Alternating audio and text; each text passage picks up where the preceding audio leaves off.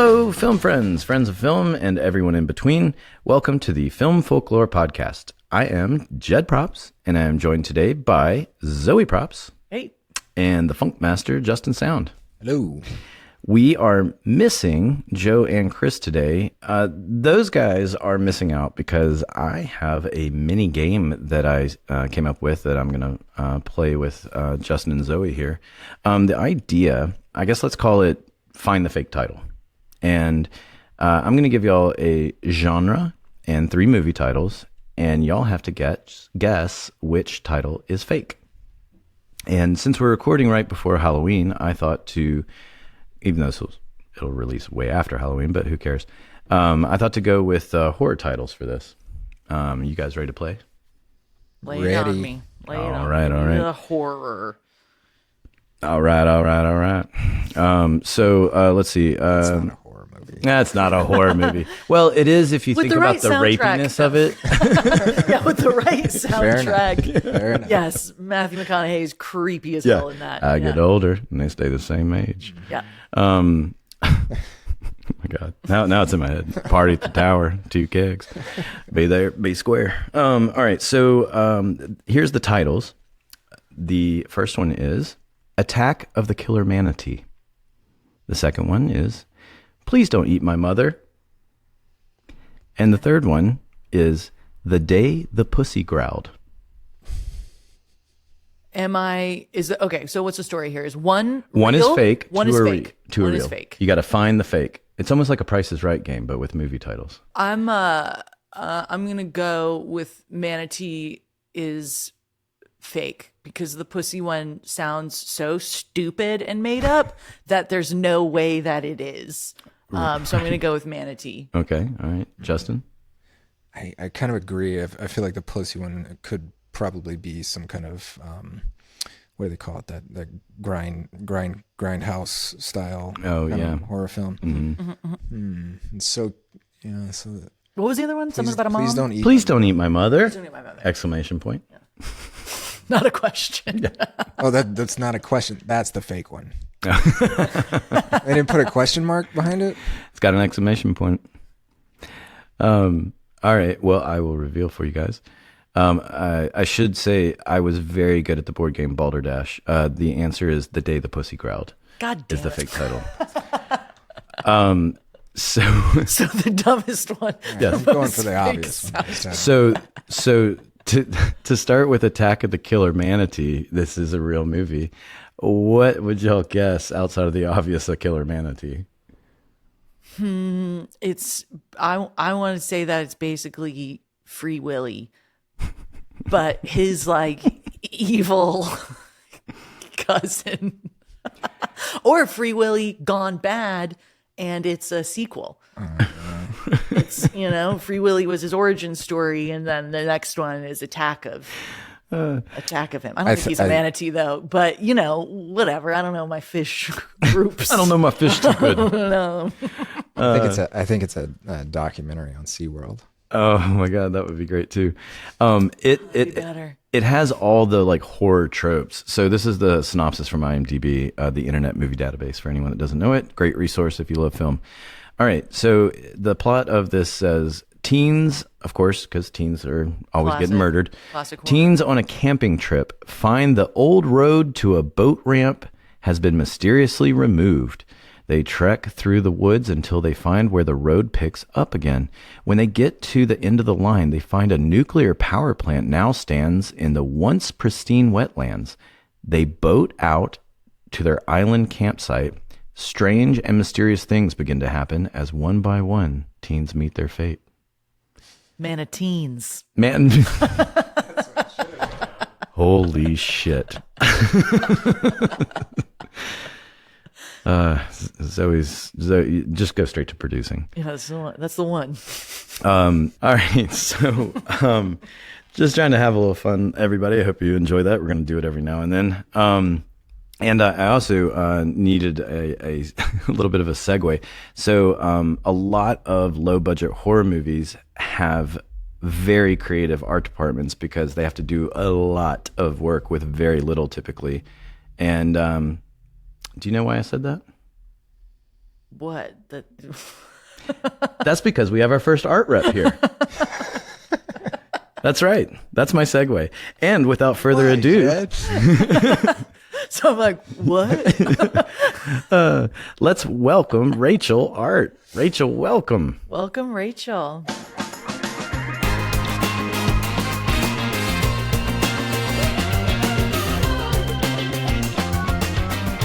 Rachel, hi. We're so happy to have you here. So you're an art department coordinator. I sometimes, yeah. And that is what you're here to talk about, and yourself, of course, as well. So before we get into all of that, let's talk a little bit about growing up in your rearing years. Were you a film, TV buff? Were you a film nerd kid, or? Yes, I was not an art person. I was a film, TV person. Definitely a film, TV buff from a very young age. I think my mom loved telling this story. She took me, I think I was 7 or 8, and she took me to see Titanic like 6 times in the theater. And that's a lot for like a little kid. And that's a movie that needed an intermission that did not have an intermission. It did not, but I did not care. I was glued. And she was like, here's this kid. And this kid just, with not a great attention span is just like locked into this really, really long kind of adult movie. Leonardo DiCaprio helped. But Yeah, come on. Yeah. But ever since then I basically was hooked, and yeah. When since you said Titanic, you reminded me, we went to a crowded theater, a group of friends, and the only seats available was the front row far left.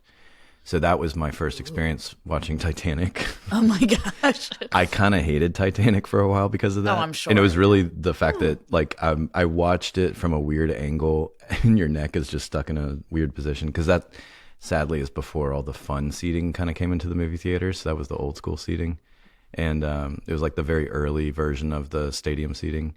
And sorry. So thanks for reminding me of that.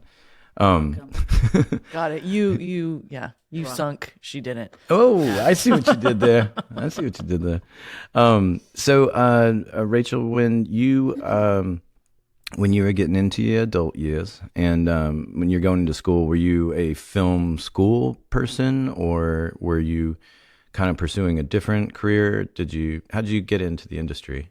So basically throughout high school, I really just loved everything film, and we didn't really have like a film like club or anything at my high school. So alternatively, I decided to like go the theater route, which was a little hard for me because I love like the whole aspect of acting, but I can be oddly shy. I know it's a big surprise. Rachel's a very shy. I'm really not, but it's so like acting on stage and things like that is totally different. Like you can be really, really outgoing, and then it's like, but being thrown into theater, it's like, what? No, this is not the same. So I did start doing some theater, and I got into a little bit of acting in high school, and I really ended up loving it. And so I actually forego? I foregoned. You forewent? I forewent. Maybe forewent is right. I decided to bypass college, also because Katrina happened my sophomore year of high school, and I just wanted to get the fuck out of Dodge. Oh, yeah. You had kind of a bonkers high school. Yeah, I had a bonkers high school, bonkers life. So it was just sort of lots of trauma. And so I just wanted to lots of trauma. Oh, I'm laughing. Yeah, it's cool. It's funny now. No, it's not. Yeah. So part of me was just like, I want to get the hell out of here. And so I decided to move to New York, and I did some theater schooling there. But New York was really hard. It's literally, that's like the #1 stamp. Everybody knows that. At least the accents are similar. You can... Yeah, I fit right in. No, yeah. Well, that's the thing, though. Everybody who's in New York is not from there, so. Oh, that's true too. Like, I very much I don't think I hardly met like a actual New Yorker. It was a lot of, I'm from Vermont. Yeah. And I'm from Maine, and I'm from Virginia, and things like that. I guess they're on northern Jersey now, huh? It's like all Newark people that used to be New York people. Oh, I did. I did work with an older guy from Yonkers, and I think that's as close as I got. One Mark of the Del best Benny. town names ever. I miss you, bud. He was great. I don't know why I still remember his entire name. But Yonkers helps. That's just Yeah. that's just funny. he used you to know? always he used to just be like, Yonkers is the best. And we were like, okay, Mark. Bonkers at Yonkers. Bonkers and Yonkers. That's a good. Porn title. Oh, Well, Yes. sure, why not? Bonking and yonking. Well, I don't know. no, Bonking and at yonking and Yonkers. Yeah, let's keep it classy here. No, I feel like it would be boinking and bonking and Yonkers. Yeah. But the rhyme's gone then. Yeah. There's nothing classy in the film industry. Let's be clear to people Seriously. listening that your idea of the silver screen or something like that is long dead. But we need to dismay the This is fact not that a glamorous everybody world. thinks we're all child abusers. Well, Speak for yourself. I mean, Fuck them kids. Elder abuse. Yeah. yeah, I'm more into elder abuse. So- if that, it's just Yeah. my bag. I mean, I'm not going to judge you. But We all have a lot of granny issues. But anyway, you were living in New York. I was living in New York. I stayed there for about a year. I did some acting lessons, classes, whatever you want to call it, at TVI Actor Studio. I'm pretty sure it's still there. And then after a year, my friends back in New Orleans, we had done we'd started a little theater troupe down here, and they were like, we're going to do another show this summer. And I was like, okay. So I came back for the summer, and then I was like, oh, I guess I'll just come back here, blah, even though I really don't want to.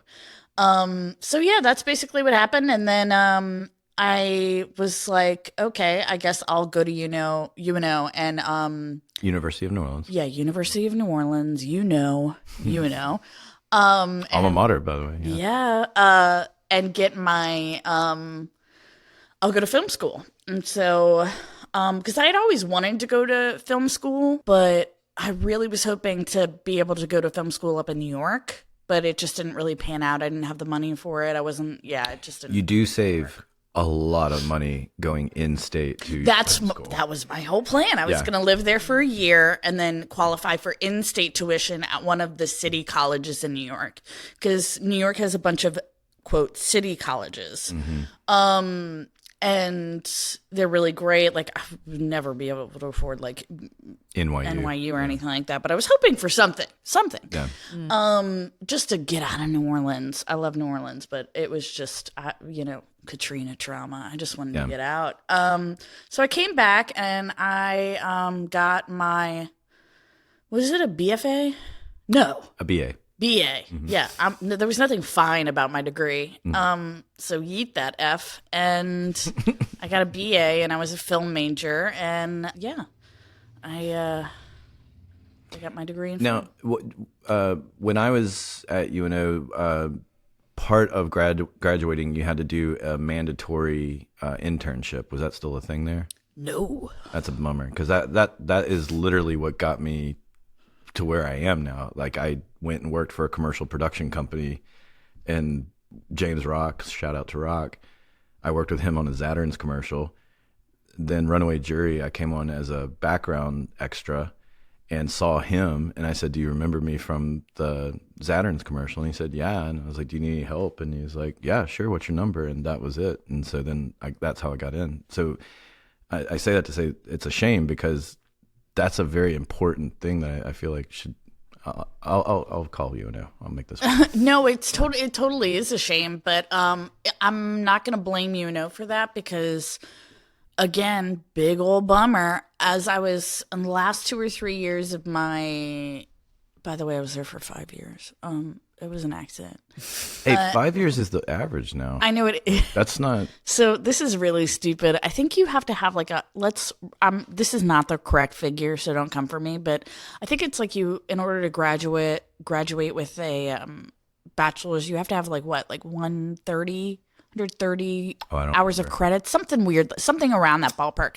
I had like Computers had not been 50 invented. more hours because I just really loved going to class, and I just took a bunch of electives, and just I didn't realize you actually had to apply to graduate. I thought they would just send you a letter being like, "You're done." I would assume the same thing. It is not what Tell me. happens. That's what happens in high tell school. me. Yeah. You know, I don't. No, they'll take your money as long as Exactly. Sure, that makes sense. Like you just show up at the bursar one day and you're like, hey, I've been here for about a decade now. Yeah. And I am now 75 years old. I have 300 credits. When do I graduate? Those are real child abusers and elder abusers. And elder abusers. So yeah, I graduated summer of 2015 from UNO. That's cool. And what was your degree focus with the BA? Was it just BA film? So it was so it's a BA, but you had to choose a major, and my major was film. Okay. Yeah. Because UNO was already like the unofficial film school when I was We there. had a great film program. Right, but it was just drama communications at the time, and then later it became drama communications film. So like technically I have a theater degree. But the bulk of my classes were film classes. So later, when they officially stamped the film thing on it, really nothing had changed. The classes were already there. They just added to the degree itself, which they should have done like probably 15 years earlier. Yeah, and then when I was there, the communications part got basically taken out. Right. It was weird. Because that's a dumb degree. Yeah. Well, yeah. Yeah. It was still film, theater, and communications, but like the actual communications part was like more of a title. It didn't have any merit to it. It was It was a step up from general studies. yeah. Like it's so hard to like what kind of job would you get with a communications degree because it was so generic and broad. PR. I don't know. That's the only thing I can Why actually not? think of. You know? But I mean, you could be a news broadcaster. I was about to say nude broadcaster or anything, but that's a what nude broadcaster. She did, yes. I should. That is a thing. I think that's in hey, Russia. sex work is real work, man. Yonkers. more popular than newscasters now. Yeah, nudecaster. I mean, I would. Now be I'm just opposed to thinking of the nude- casting like fishing, and I just think people naked fly fishing and some. Or they're catching nude people. Okay, this is derailing because now all I can think of is naked fly fishing, but he still has waders on. Yes. Yeah. Well, you gotta, protect the goods. Yeah, exactly. All right, Get so hypothermia in there. when did you make the decision that you wanted to try and get your foot in the door into the industry? So after I graduated, we're going to get into some personal business now, but I'm going to go very lightly. After I graduated from UNO, I was just tired. And so I basically just waited tables and didn't do anything other than that for like a year. Yeah. And I, being in the service industry and stuff like that, I basically just drank my face off a lot. That's called your 20s. Yeah, it could be my 20s. It could be depression. It could be a lot of things. In my case, it was full-blown alcoholism. And It's easy to get sucked into that in the service industry. Yeah, it really 100%. is, especially in That's New a good Orleans, point. but everywhere. The service industry definitely, along with the film industry, like there's a lot of issues with substance abuse and things like that. And yeah, I got sober in 2017. So about 2 years after graduating college. And then that's when I had this whole like, oh, I'm not doing anything with my life. Wait, I'm not drinking my face off. I have hopes and dreams. I forgot about those. And so that's when I was like, I need to, try to work in film. That's what I wanted to do my whole life. That's what I got my degree for and stuff like that. So, This adds up. yep. So it is crucial. Otherwise it'd be like, well, she just decided to like chill out for a few years.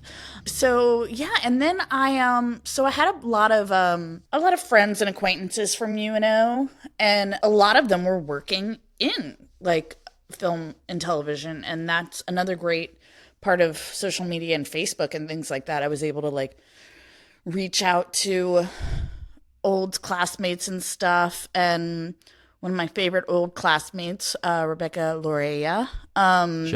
Shout out. I think I just shot her a random DM and was like, hey, if you know of anything Anything at all. Yeah, that's always the beginning. Anything at all. I am here. I will scrub I will scrub the toilets. the Pimo. Yeah, the Pimo. I will That's the scrub the Pissmobile Pimo. for anyone listening. Yeah. I will scrub the Pimo. I will do whatever. And she was working on a TV show called Claws at the time. Yeah. And I believe she was in the payroll department. And she randomly, she didn't randomly, they were going on to their third season, and the production office, Kate Giddings was the Production supervisor. Yeah, she was. Well, here's the thing. Here's why I hesitate, because all the titles have changed. Yes. Because it was production office coordinator. Yeah, the POC. Yeah, POC, which is a very odd acronym for that job because it is not a person of color. Oh, God, I've never even thought of it. That's how I remember it, because I'm like, this is weird. But so My favorite POC is a person of color. well, yeah, that would be great if you had to be a person of color to I do know. that job. Wow. I Yeah. need to ask her So if she's ever thought so of it. everything's kind of changed, but she ran the production office.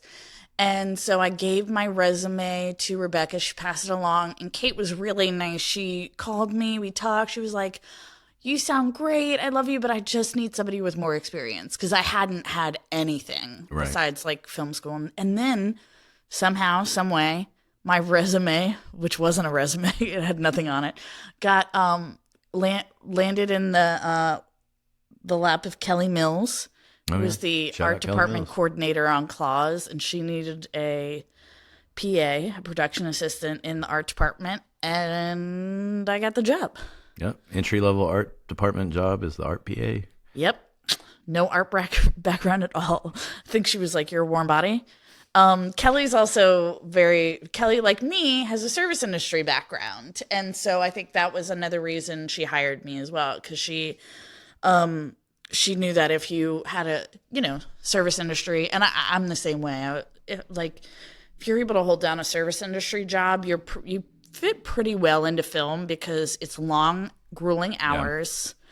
You've been in similar trenches. Exactly. It's a very similar trench. Yeah. And Latrine, if you will. latrine. Yes. Think on your feet and all that.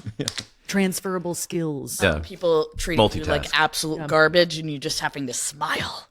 Which, this reminds me, there's always a fun, I love when things are like subtle clues, but a lot of times you'll see somebody grabbing things to hold in our industry, and you can tell when they were a server. And so it's one of those like unspoken things where you're like going, oh, they waited tables. Oh, yeah. Like, look at how they're putting the plates on their arm. Yeah. Yep. You can tell when they can't. I worked with a kid who was very young, and we had a big Right. food scene in a bar. Right. You know what I mean? And we're rocking and rolling. We're breaking it down, and I'm watching this kid hold two things. Oh no. Well, Hey man, you work in a restaurant or anything? It's okay. It's okay if you haven't. Yeah. It totally is. It is just something. No, absolutely. Yeah. But you can tell. But It- here it is a in good New prop Orleans, experience, actually. yeah, because props handles a lot of. For those listening who do not know, props is the food and drink people. Yeah. Mm-hmm. And For like the- waiting for the actors. And like waiting tables, you can't just put your fingers in the drinks and carry them that way. So you have to know how to carry. Yeah, them. because people are actually drinking out of Yeah. these things and stuff. So, it would be great if you could just This is background. They can Stick do a whatever. finger stick in. a finger in. I do that when I clear tables. No, I don't. I'm joking. I always get that urge to do it, and then I'm like, then I'm gonna have to wash my hands again for the 87th time during this shift. By the way, because of the situation we are in with the strikes, I'm back to waiting Yeah, tables. yeah. This is 2023. So me too. We're all back in this. yeah, and Not me. I'm on a faith-based film. no, Yay. congratulations. I prefer waiting tables. Yeah, To Jesus. yeah. I prefer 10 months with waiting no on film work, and that's all I can get right now. But you take what you can get. So, Some people would call that divine intervention, Jed. oh, Not me. so you got in the art department. You're working with Kelly. You're getting to see the window to the art department coordinator, and then eventually you make the leap to the art department coordinator. Yeah, so that was extremely interesting. So it was my first ever show. I had no idea how anything worked. So Kelly was the art department coordinator, and then Kristen Leckie was our art director. Shout out, Kristen. Yep. And then we had Sharon Lamofsky was our production designer. She also production designed Bring It On. When we all found that out, we all freaked and fangirled. And so, and then... Were there dance-offs? I wish. No, it wasn't that fun. And then Twig Levesque was our... Twiggy Twiggles was our graphic designer. And so that was basically the makeup of the office. And basically, I would say about halfway, maybe less than halfway through the show, the assistant art director got a job either art directing or production designing something. So he decided to leave. And I believe because Kelly, the art department coordinator, had been working there for a while, I think there was just a consensus that they were going to bump her up to assistant art director, which meant that they needed a new art department coordinator. And so you leaped on your literal first show. Yes. That's crazy. That's rare. It was. Well, so because we are in a union and it was a union show, they did their due diligence because I think they were like, ooh, I wasn't really in question. I don't really know. I didn't make the decision. But basically they brought in a few people. They interviewed a few people. And for one reason or another, they still didn't have an art department coordinator after like a week or something like that. And at first I was like, oh God, I don't want that job. This is my first ever job in film. What the hell? And then after a while, that little fire in me was like, but I want to be chosen. I want to be picked. So then I was like, dang, like some more money would be great. And yeah, your paycheck essentially doubles. Oh yeah. Like, cause here's the thing, like PAs, I think I was making like $10 or $11 an hour. Not drinking helped. Like I didn't spend any money on booze. So it was fine. But yeah, after a while, finally, so I think I'd done a good thing. We had basically, and this is just like a classic art department story. We had purchased some flooring that was going to come in for a very specific scene, and it's basically a scene where someone gets murdered and dragged across this floor. And so there's going to be a giant blood smear. And the director was adamant about having there be like this particular type of color. So Kelly had bought it like 2 weeks ago or something like that. And it just still was not in. And we were shooting that scene that day. And we were tracking it. And it was like nearby. It was in the state. It's a miserable thing. Yeah, and this is just constantly what happens in the art department. And so I was able to track the exact location of this flooring.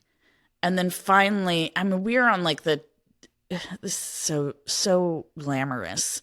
People are going to be like, oh, you work in the art department. It's got to be so cool. Mm-hmm. I finally found like the shipping facility that this thing was in out in St. Rose, I think, which is like past Estrahan. Yeah. And so I finally find out where it is. We've got less than 2 hours before this thing shoots. And so Sharon like throws her keys to me and she was like, go get it. And so I'm like halfway out the door, like running to go throw this flooring in the back of our production designer's car before they shut this facility down. And I get there like within 5 minutes of them doing it. They throw it in the back of my car and then we make the scene. And the director has his flooring that he likes. And he'll never know. He'll never know. The absolute stress and time taken off of so many people's lives because a shipping company could not deliver something on time when they literally have one job. Yeah. Like it's to deliver and when you pay for it to be delivered. Exactly. So basically I think they were like, okay, she was able to do that. Sure. Let's make her the art department coordinator. And before that, you were still PA. I was a PA. Right? My main job was getting lunch. Yeah, that was the job. Oh, that's dope though. Yeah. Yeah. Yeah. So I very quickly was thrown to the wolves. I'm very thankful for the experience, but it was extremely harrowing because it was my first job in the art department Right. or in any TV show or Right. film. So I lasted. I didn't get fired, even though I'm sure they wanted to many, many a time. Yeah, we finished that season, and yeah. So, why don't you speak a little bit to, I guess, like a summary of what the art department coordinator does? So basically, the art department coordinator, when people ask me what I do, I basically say that I am the office manager for the art department. That's kind of the easiest way I can like real world summarize it. I used to say nervous center. I mean, that's basically the same. Yeah, like I'm the nucleus. I'm not that important though. But again, yeah, you are. Because, You are, because you're doing everything that everyone else in the art department doesn't want to do. Yeah, when it comes to like actual tactical stuff, yes, because everybody else is supposed to be concentrating on the creative side. So I have to be like the actual mechanics of things. So I'm responsible basically for setting up the office, getting all of the art department uses, we're the art department. We use a lot of printers, Oh, yeah. lots of pictures. A lot of money spent on ink. Yes, lots of ink and lots of paper. So we have these large format printers called plotters. I have to order that. I have to get all the right paper, all the right ink, all that good stuff. Copiers, all the ink, all the paper for that. Accounting. Yeah, and then the whole accounting thing, I'm basically the accountant for our specific department. And then also just like the really boring things of like, making sure we have furniture in our office. Right. Drafting tables are a big thing.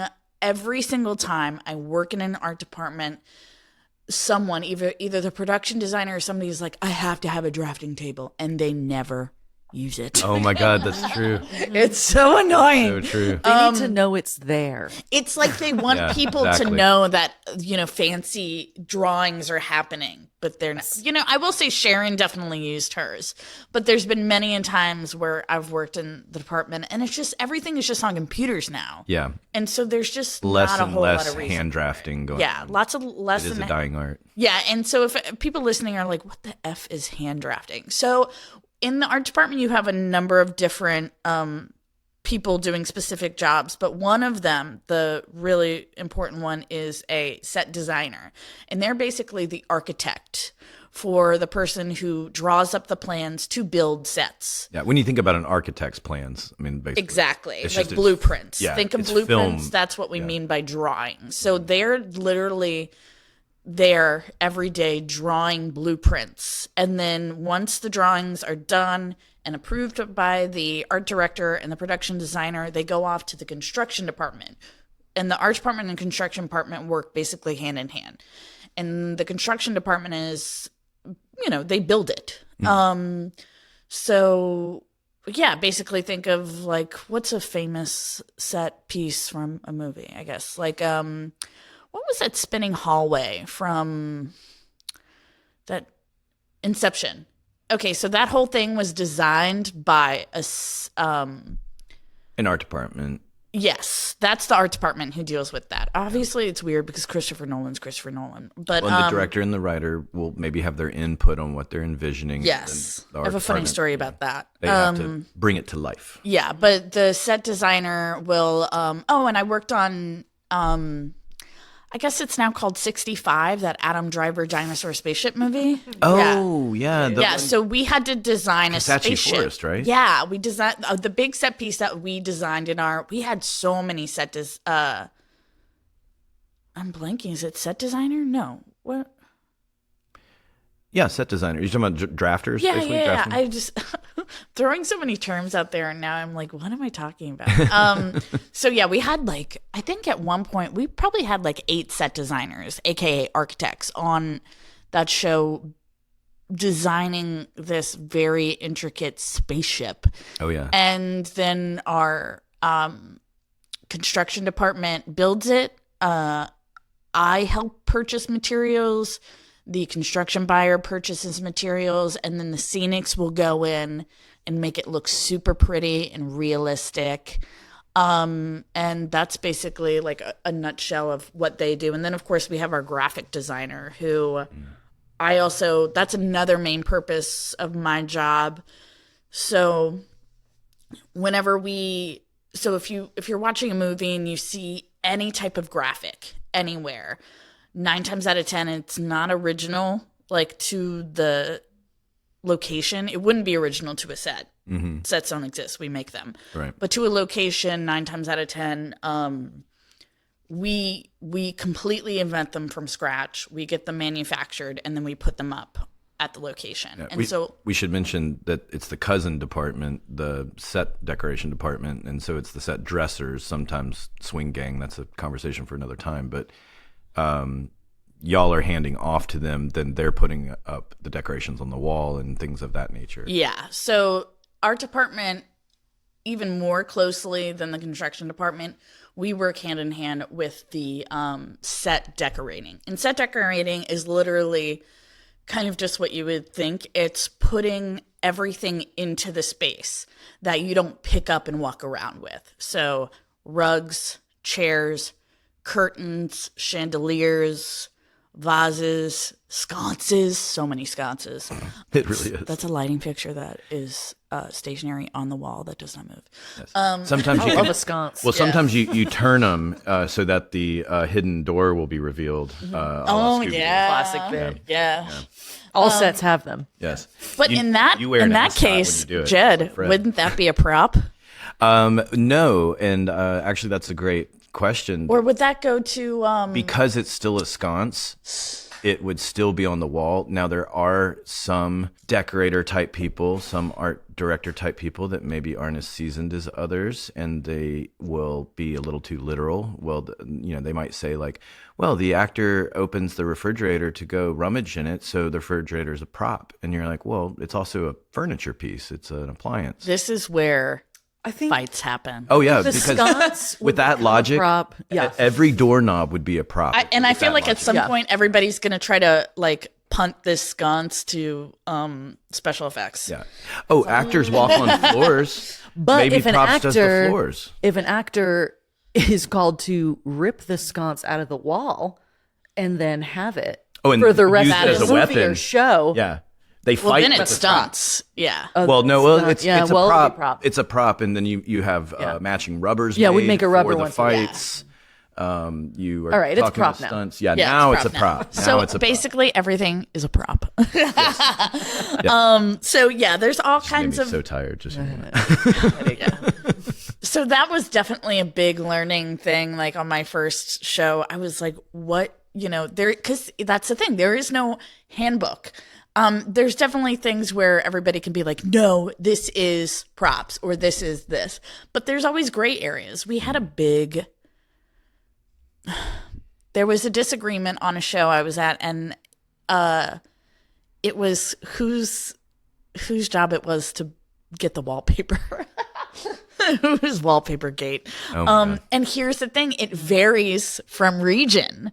Like in New York, it is 100% set deck. But in other places, it's the art department / construction. Right. And so when you have like people from New York coming down to like LA to work, everybody's not on the same page. And cars. Yeah. Down here, we have our own like person for cars, but in New York, it's props. Yeah, we should probably just mention real quickly that East Coast, West Coast is sort of how it breaks down, but it's really New York, LA. And here we tend to go with the West Coast format. And so the picture cars person is an extension of the transportation department.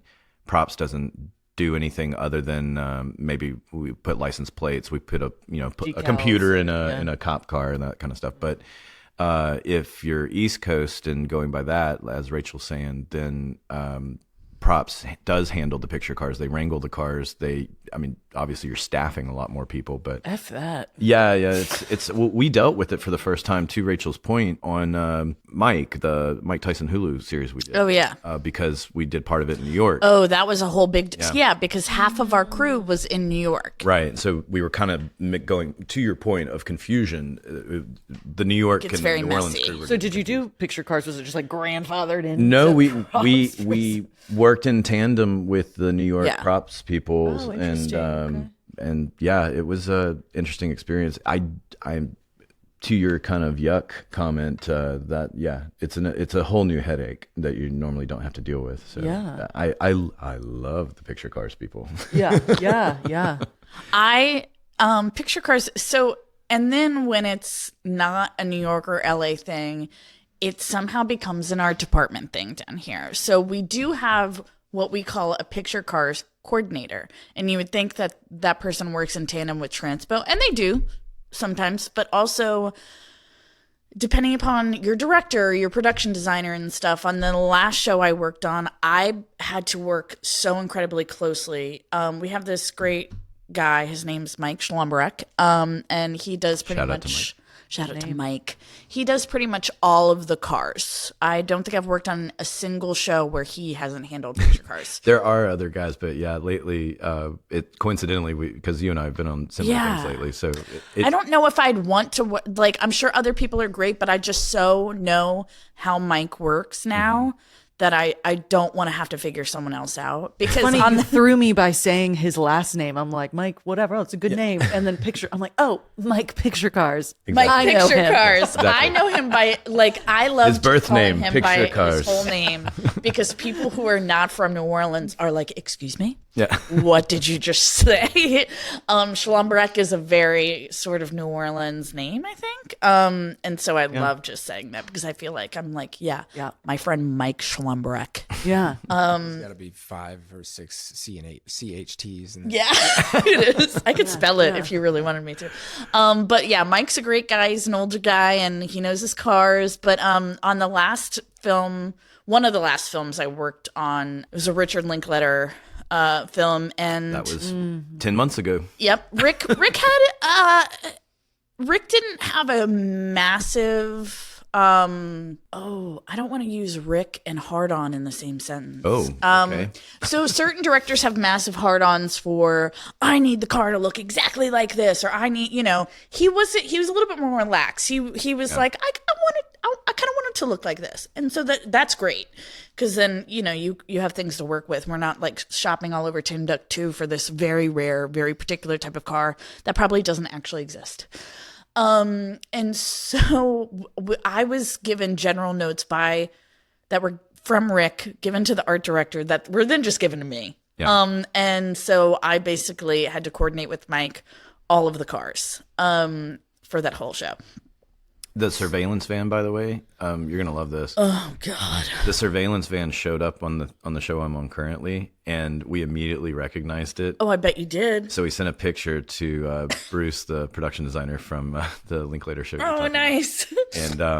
And then we have Was it still red and painted with plumber on the side, or did it get green? No, it was like that brown 70s yeah. looking. But it is a different picture cars guy on this show. And I just said to him, like, oh, we That worked. just feels wrong to me. I'm Sure, he's cheating on lovely. Mike. Yeah.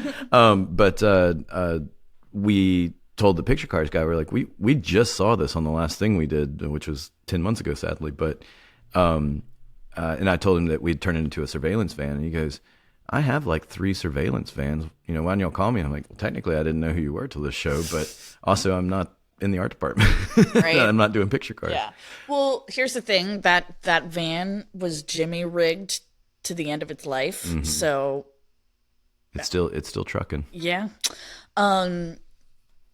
Yeah, so basically, how are we going to round this out back to the art department? But so also when it comes to like the surveillance van that we're talking about, we can't go into great detail because that movie's not out yet. No. But it's a surveillance van, and just like any other kind of vehicle that you would have on a movie, a lot of times it's it's got some graphics on it, and the art department designs all of that.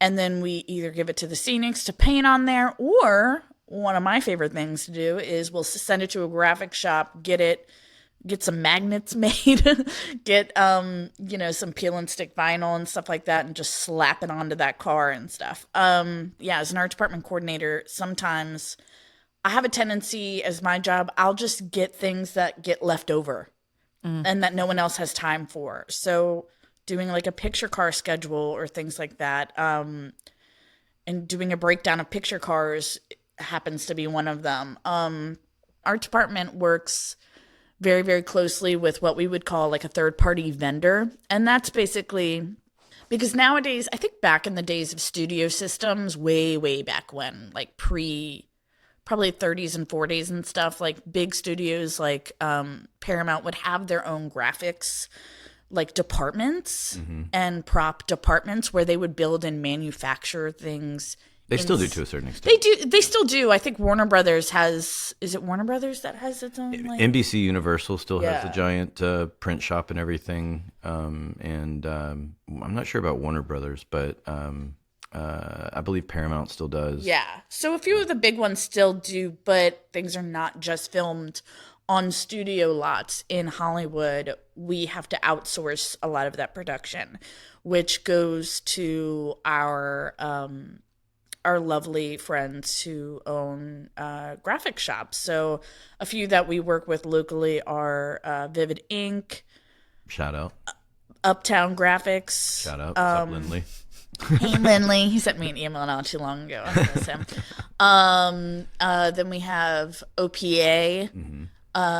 We have a number of different places that we use, and they're great because we're a whole different beast. If we like send them a graphic, they know we need it quickly. Yeah, and they to your point, they're familiar with us. Like they're used to our crazy. Because that's not how normal graphic shops work. They're like, hey, we need.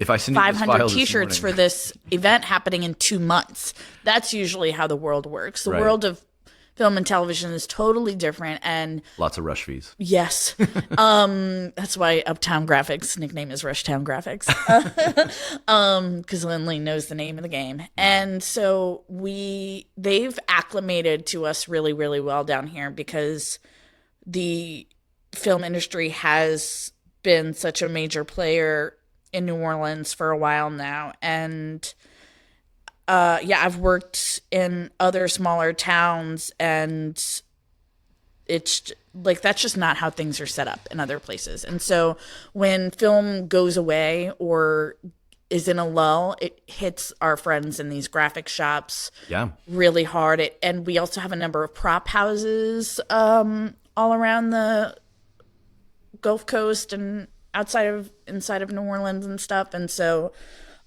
we give them a lot of business, and so that's just really good for everyone. Along with, there's just so many other people and places too.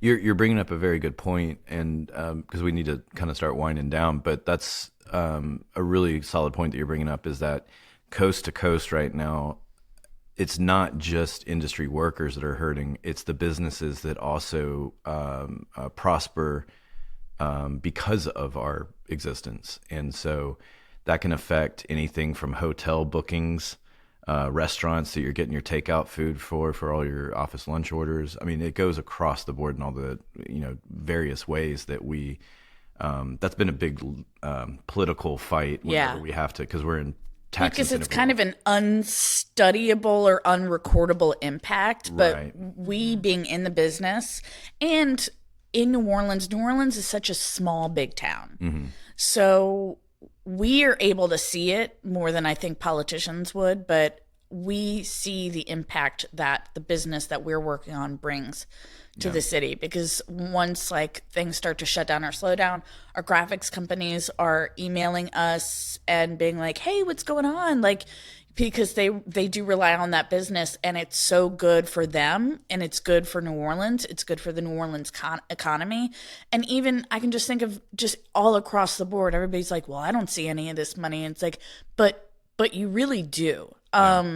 and New Orleans sees the money, and the state of Louisiana sees the money. And I think they all see it. It's just if you're not pro film, Yeah. you're just conveniently And that's ignoring it. fine. It's fine if you don't really like film, but I think it's kind of undeniable for like people who don't like football. You still want the Super Bowl to come here. Like all the hotel. Also, whenever we work down here, it benefits hotels. Yep. We have to put these actors and this crew someplace. It benefits some random places that you would never think of. Like we film in stadiums sometimes, and like sports places and things like that. We film in random warehouses that are owned by developers around this city, Blaine Kern Studios or whatever. Most of the opponents of our industry, and it's not just specific to Louisiana, I would say any state, it's where we're not shooting.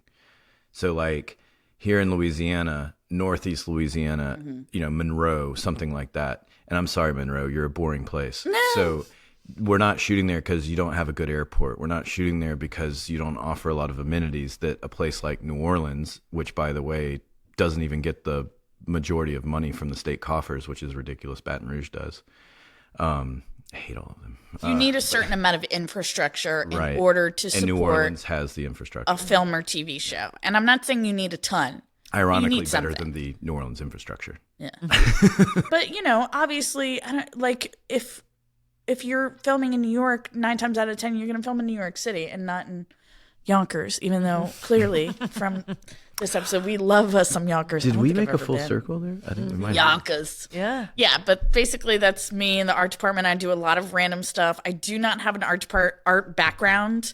I have a film background. A lot of people do have an art background, and some people don't. Some people go in with a graphic design background, a fine art background, a construction background, or a drafting architectural background. I've gone from art department coordinator. I've had a position as an assistant art director. And so for an art director, you don't need a background in that. And that's pretty much where I would like to go. I'd like to be an art director. And then for a production designer, basically the head of the art department, you do not need like a certain type of qualification for that. I've seen people who have been set designers. I've seen people who have been graphic designers. And then I've seen people like me who have just kind of been, working in the industry and working in that department and learned the ropes and are now a production designer. Yeah. Yeah, there's definitely not one path to becoming a production designer. Yeah, definitely not. I would also say, also as a former art department coordinator, I don't think there is any training for that job. You just kind of learn it. Art department coordinator? Yeah. Yeah, there is absolutely no training. So It's a very Is there any odd job. training in? yeah, so it's a very kind of that's one thing that I have learned, and it is a very learn as you go. There are definitely some things that I would say will aid you and things that I have learned along the way that have been vital. You have to be generally like pretty computer literate. And when I say that, I just mean like you have to know how to work a computer. and Excel. You Yeah, need so one Excel, which also is very easy. Again, I've built my own spreadsheets and things like that, my own budgets and stuff. And I was able to do that from a very base knowledge of high school Excel and then lots of YouTube. And YouTube is your best friend when it comes to certain things like that. So I'm pretty good at Excel now. I've watched a lot of YouTube, lots of Googling formulas and things like that. You need to know how to, use Word.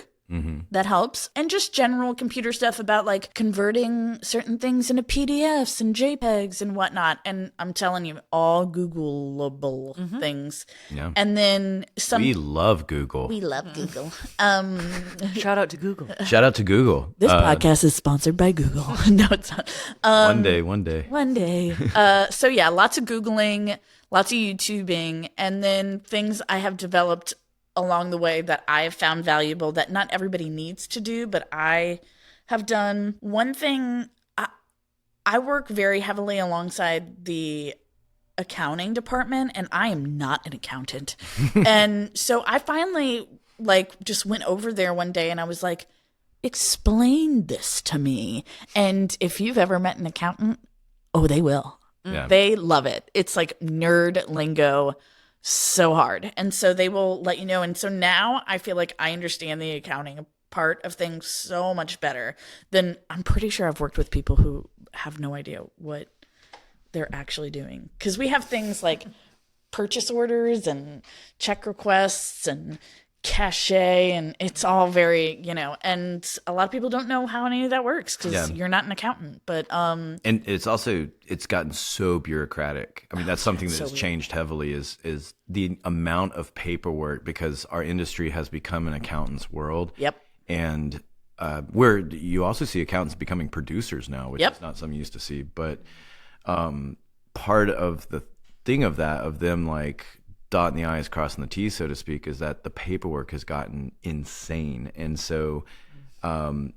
what's happening, I think, to several departments, not just art, but we're experiencing a bigger workload and a bigger demand for these extra things, but you're not getting, say, the manpower to do it, or so it's putting a bigger burden on the existing departments. And so we'll get to it on another day, but like this is how we ended up with a set decoration coordinator. Yep. This is why props is begging for a coordinator all the time now, but we just call him a buyer and cheat him into a coordinator position. I literally had a nightmare last night. I just remembered it that now. We hired you as a buyer, and that and no, this is a gripe with Jed, but no, I had a dream last night that they were trying to shut down the office. I was apparently just on some random show in my dream, and it was our last wrap day, and I was like, I haven't done any cachet.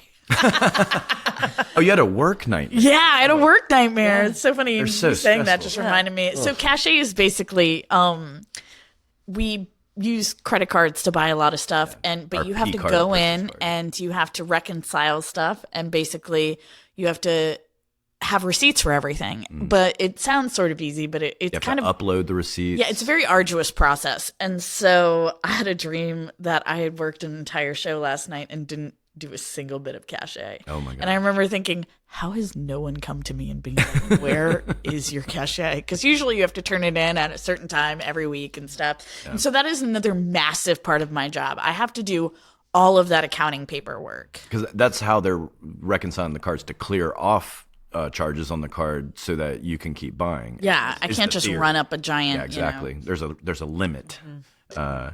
Is there? Yeah. Well, Rachel, thank you so much for coming in today. Before we get out of here, want to ask you, just for anyone listening, what kind of advice or wisdom would you like to impart? It could be good or bad, but just, could be for people interested in getting into the industry, or just curious people that like our trivial behind the scenes world, or whoever you want to speak to. I guess I will say, God, my brain went completely blank. So the advice I would give, I think I'm just gonna be more direct. The advice I would give to somebody who really, really wants to work in film. You can go to college if you want to, absolutely. Especially if you know exactly where you want to work. But if you really aren't too sure, but you really love the sound of this, you can go to college, definitely, and you can not go to college. We have makeup artists, hairdressers, we have construction and electric, and those are all great trade school positions. And some of that stuff can even be self-taught. Like I said, like if you are just one of those people who can completely teach yourself a craft, go for it. Just find somebody and give them your resume. Be like, hey, I'll do anything. And here's the thing, like if you're like, I don't really want to like be someone's errand boy or girl or person and like go and run and get coffee or go and just grab people lunch and really just kind of do that, then this probably isn't the job for you. I luckily didn't have to do that too long, but no matter where you work, you're probably going to start as a PA. Yes. Even if you have a graphic design degree or things like that, almost always you start off as a PA, and it's going to be getting coffee, getting lunch, buying crafty, like just very basic sort of things. And it's not going to Rudimentary seem kind of work. it is very rudimentary, and it's not going to seem a lot of fun, but that is such a big way on how you learn how things work. And yeah, just talk to people, because you will constantly I've run into so many people who've been like, I work in this department, or I work in this position, and somebody always knows somebody. So just that, and that's how I got my job. Yeah. I shot somebody a DM.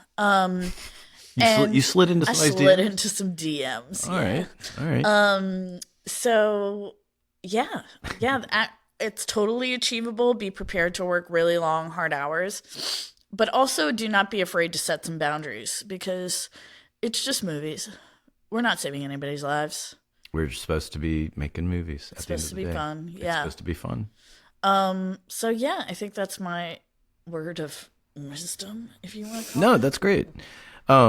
We'll have to get you back at another time, because I mean, it's scratching the surface. As we've been talking, I just realized, like, oh my God, I forget how many, because the art department ties into so much. We've got our grubby little fingers in every Well, little and- orifice. Yeah, the hierarchy of it Orifice. still kind of confuses me. Oh This was yeah, this was helpful for me. yeah. It's very. You have a confusing. finger in a lot of departmental pies. Yeah. We'll say that. Yeah, strawberry rhubarb. That feels like Yeah, and we can setback. totally go over the hierarchy, because it is confusing and Yeah. it is complicated, and I would love to teach like a whole lesson, because I'm working on a family tree of sorts. That's how it will is, show yeah. the whole layout. So giant we'll have a umbrella. visual. Yeah. Yes. And there is no. I can draw it, but it doesn't look good. So I That's the need one thing. of our I don't graphic know if friends it's to gonna help. work for like a podcast, because you need something visual. Yes. We're aware. Yeah. We're working on getting more visual things out. Well, thank you so much, Rachel, for You're coming welcome. by. Thanks for having me. Yeah, and we hope to have you on again soon, and hope to see you soon out in the working world. One of these days, babe. Until then, come sit, have a drink or some food at one of the restaurants I'm working at. Yeah, Rachel's working at 7 restaurants right now. 7. Fingers in all the pies. Fingers in all the pies. She's like, Just 2. it's just what I'm just used to. This. It's what I do. Yeah. Thank you so much, Rachel. Thanks, y'all. Thanks, Rachel. Bye. Bye.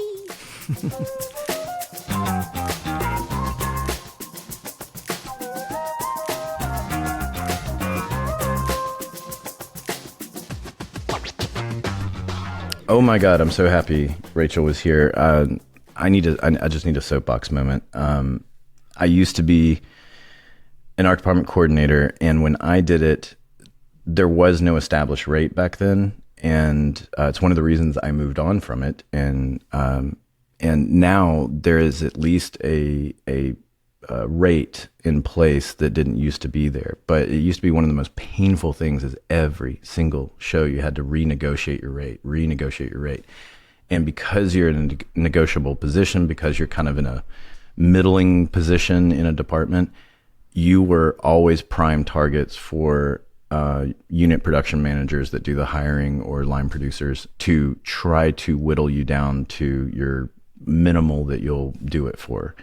And it was a very exhausting thing to have to do every single show. And so eventually you had to come up with like creative ways to sell yourself and everything. And it's, I mean, I'm happy for, say, Rachel or anyone else, because they don't have to do this as much anymore. But it's just something that when we haven't really gotten into it too much yet. But if you look at the director, right below the director are 4 people. That's the first assistant director. That's the cinematographer or the director of photography, same person. The production designer and the costume designer.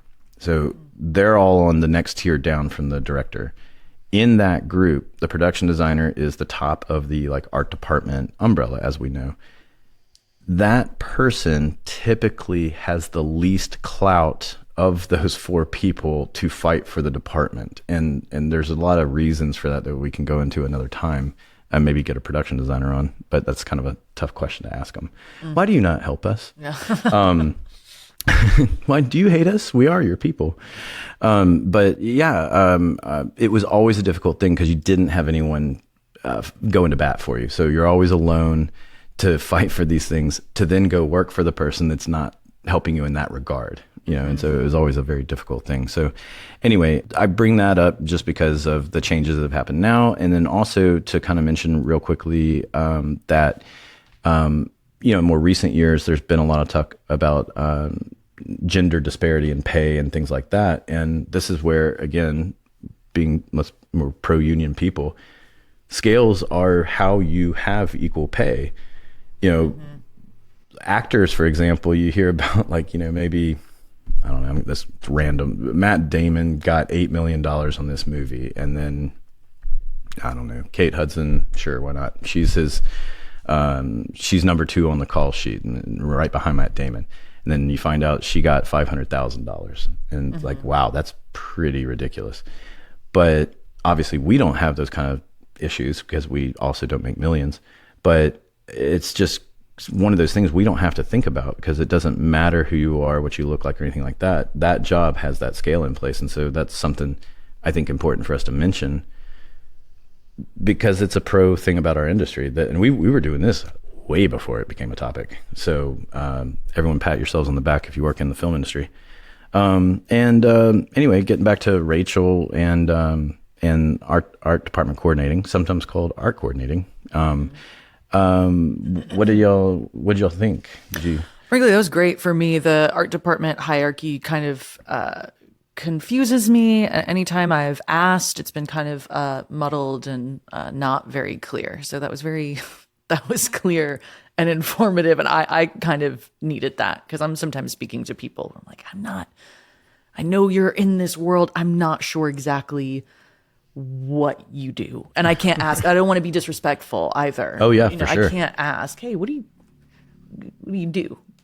That's it's you bring up a very good point. That's something in our industry in general. Never ever assume because the moment you go, that kid looks like he's 18 and he must be new, you'll find out, no, that's the executive producer on the show and he's just a young looking guy. He's actually 34. Yep. And he's done 10 movies or something like that as a producer. And then you're going, well, I guess I spoke kind of crappily to him. Oops. Yep. Never judge. And you just never know. Well, let's see. Zoe, you want to close this out? Yes. Do you like what we're doing here? Do you have thoughts, comments, questions? Maybe you have an idea or suggestion for topics you want to hear about? Well, you can find us on the intrawebs. You can email us at filmfolklorepodcast@gmail.com. You can find us on the social medias, Instagram being Film Folklore Podcast. We have a Facebook group called Film Folklore, Twitter, X, whatever you want to call it, at The Film Folk. And thanks for joining us today. Bye, everybody. Goodbye. Bye.